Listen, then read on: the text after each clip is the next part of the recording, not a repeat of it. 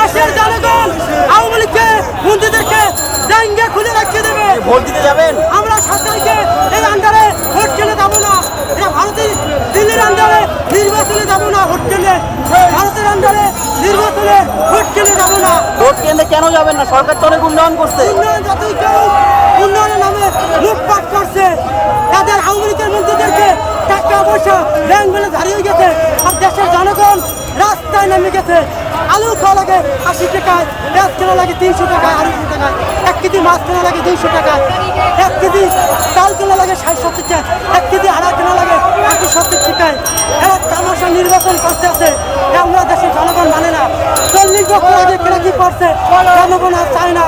দেশের জনগণ চায় বাঁচতে চায়, খাইতে চায়, সামনে কিরম দিন আছে কিরম চলতে চায় সেরকম আওয়ামী লীগ সরকার আমরা চাই না। এভাবে করাইছে ছাপলা করে আলমদেরকে মারি বলেছে, তাদেরকে আমরা ভিক্ষা চাই।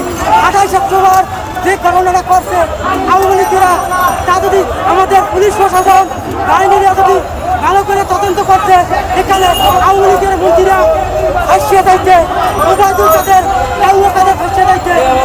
মুখ্যমন্ত্রী 7 তারিখে ভোট দিতে যাবেন? কেন যাবেন না? কেন যাবেন না? কেন? সরকার তো অনেক উন্নয়ন করছে। সরকার অনুকম্প কি করছে? আমাদের চাউল ডাল সব কিছুর দাম বেড়ে গেছে। সব এমন কোনো জিনিসটার দাম আছে বা সব জিনিসের দাম। আমরা রিক্সা চলে আমরা শ্রমের টাকা পেয়ে দুই একটা আমাদের জানেন কত কষ্টের মধ্যে আছি। এখন আওয়ামী লীগ আইতাছে রিক্সা চলতেছে 50 টাকা কম দিতেছে, কিছু কইতাছে ধরে মারতেছে। এইভাবে যন্ত্রণা করতেছে আওয়ামী লীগ সরকার। কত নির্যাতন করতেছে রিক্সা ড্রাইভাররা। আলাদা রিক্সা ড্রাইভাররা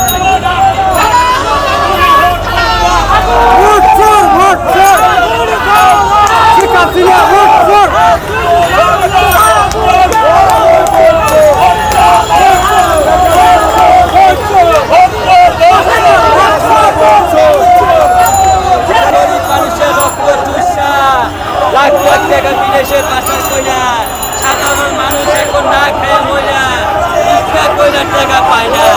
আর আপনারা বড়লোককে আরো বড়লোক বানাইতেছে, আর গরিবরা আরো দেখি আপনার খেলা ছিল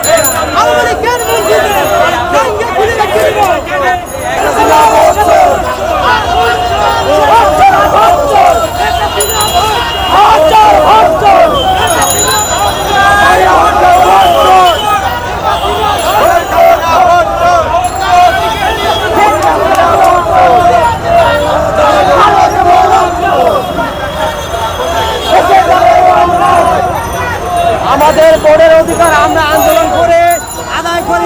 ভোট দিতে যাবেন 7 তারিখে? কেন যাবেন না?